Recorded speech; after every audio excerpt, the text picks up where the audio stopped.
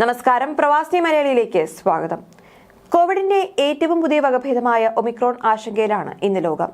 ഓരോ ദിവസവും പുതിയ വകഭേദം സംബന്ധിച്ച് ആശങ്കപ്പെടുത്തുന്ന വസ്തുതകളാണ് പുറത്തുവരുന്നത്.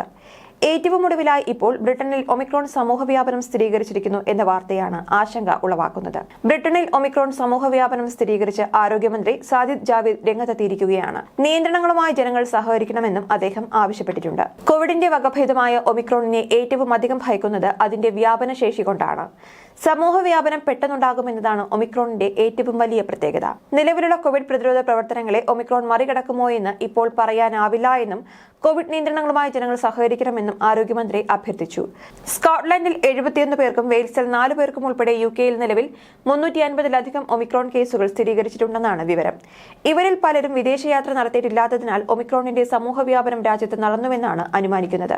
നൈജീരിയ, ദക്ഷിണാഫ്രിക്ക ഉൾപ്പെടെയുള്ള 9 രാജ്യങ്ങളിൽ നിന്നെത്തുന്നവർക്ക് ബ്രിട്ടനിൽ എത്തുന്നതിന് മുൻപ് കോവിഡ് പരിശോധന നടത്തണമെന്നും രാജ്യത്തെത്തിയാൽ 7 ദിവസം ഹോട്ടലിൽ ക്വാറന്റൈനിൽ കഴിയണമെന്നും ആരോഗ്യമന്ത്രി പറഞ്ഞു.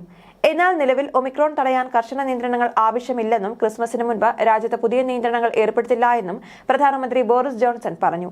കോവിഡ് ഒമിക്രോൺ വകഭേദം സ്ഥിരീകരിച്ച രാജ്യങ്ങളുടെ എണ്ണം 45 ഉയർന്നിരിക്കുകയാണ്.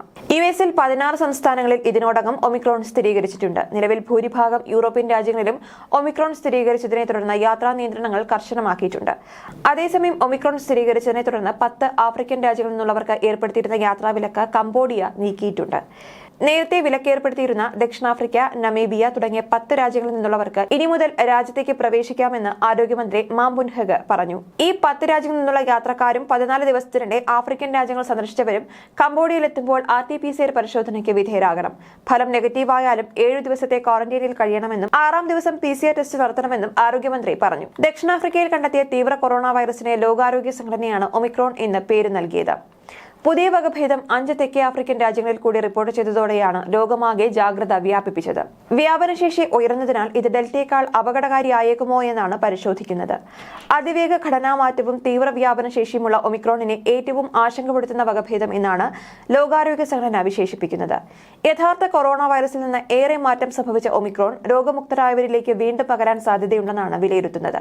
ഇതിനോടകം ഒമിക്രോൺ വകഭേദത്തിന് ആകെ 50 ജനിതക വ്യതിയാനങ്ങൾ സംഭവിച്ചു കഴിഞ്ഞതായും റിപ്പോർട്ടിൽ പറയുന്നുണ്ട്. ആഫ്രിക്കൻ രാജ്യങ്ങളായ Botswana, Lesotho, Eswatini, Zimbabwe, Namibia എന്നീ രാജ്യങ്ങളിലാണ് പുതിയ വകഭേദം ആദ്യം കണ്ടെത്തിയത്. കൂടാതെ ഹോങ്കോങ്, ഇസ്രായേൽ, ബെൽജിയം എന്നിവിടങ്ങളിലും പുതിയ വകഭേദം കണ്ടെത്തിയിരുന്നു.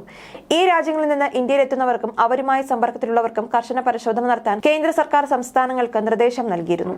ആശങ്ക ഉയർന്നതോടെ വൈറസ് ബാധ കണ്ടെത്തിയ രാജ്യങ്ങളിൽ നിന്നുള്ള യാത്രാ സർവീസുകൾക്ക് അടിയന്തര വിലക്ക് ഏർപ്പെടുത്തണമെന്ന് യൂറോപ്യൻ കമ്മീഷൻ നിർദ്ദേശിച്ചു. ഇത് 27 യൂറോപ്യൻ യൂണിയൻ രാജ്യങ്ങൾ അംഗീകരിക്കുകയും ചെയ്തു. യൂറോപ്യൻ യൂണിയന് പുറമെ യുഎസും യുകെയും സൗദിയും യാത്രാവിലക്ക് പ്രഖ്യാപിച്ചിരുന്നു. കോവിഡിനെതിരെ നിലവിലുള്ള വാക്സിനുകൾ പുതിയ വകഭേദത്തിന് ഫലപ്രദമാണോ എന്നറിയാൻ ദിവസങ്ങളെടുക്കുമെന്നാണ് ലോകാരോഗ്യ സംഘടന അറിയിച്ചത്.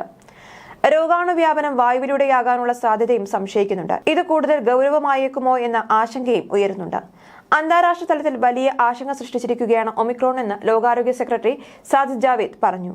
ന്യൂസ് ഡെസ്ക്, പ്രവാസി മലയാളി.